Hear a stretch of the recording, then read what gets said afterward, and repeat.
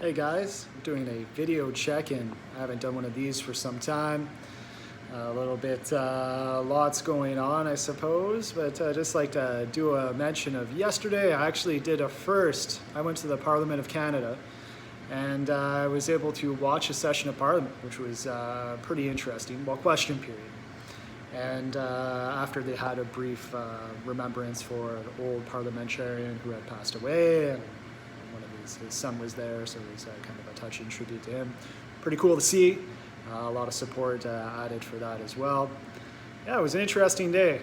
There's lots of hot topics going on in Ottawa now. More importantly, there seems to be some sort of sway or motivation of a sort that's supporting a cause of inflationary worry and rhetoric and support, which happens to be swirling in the economic divides now with housing, any kind of pricing index that may be placed on things, cost of goods. Seems to be the most hot debated topic. And yeah, it was great. I actually got to sit behind the opposition leader and watch him partake for 15 minutes before he decided to leave. And debated on the other side by the Liberals with Justin Trudeau as well, standing his ground on some of the stances. I was pretty nervous actually there when you're up in the stands. Wow, it's really hard to hear the audible of what goes on down there. I think the loudest thing that came out of anybody was me saying goodbye to the security guards as I left. And I'm not saying that any self-indulgence here. It's just yeah, the projection's a bit different. I think when you're on the floor, it seems louder. I've seen video footage today supporting the cause of what was discussed yesterday. It seems kind of inherent of the regular standard day. I was surprised from above. But yeah, it was good. There was a bit of acknowledgement for me being ever present as well and supporting the cause.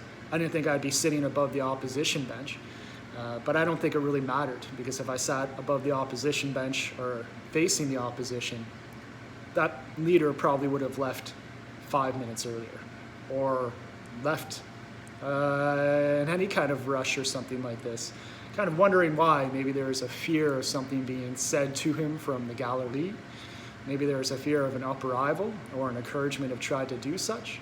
And you have a guy that kind of has fascist tendencies pre-leadership convention with a conservative ideal and agenda.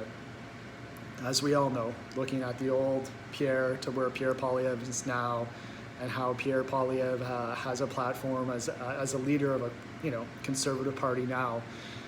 He's definitely toned down, swirled up some fascist rhetoric in the past, gained some support by acting exorbitant. We do know how his personality is and everything. Became the leader, was super subdued. And I think anybody was trying to look for a gear to kind of get this guy acting again. Oh, and then yesterday there was a little bit of emotion coming out of the little guy. He had a little bit of angst. Wow, there you go, my friend. But I am surprised that he left after 10 or 15 minutes of the question period. Even Justin had mentioned, where did he go?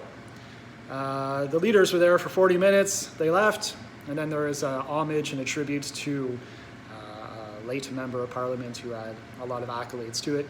But it's funny, right?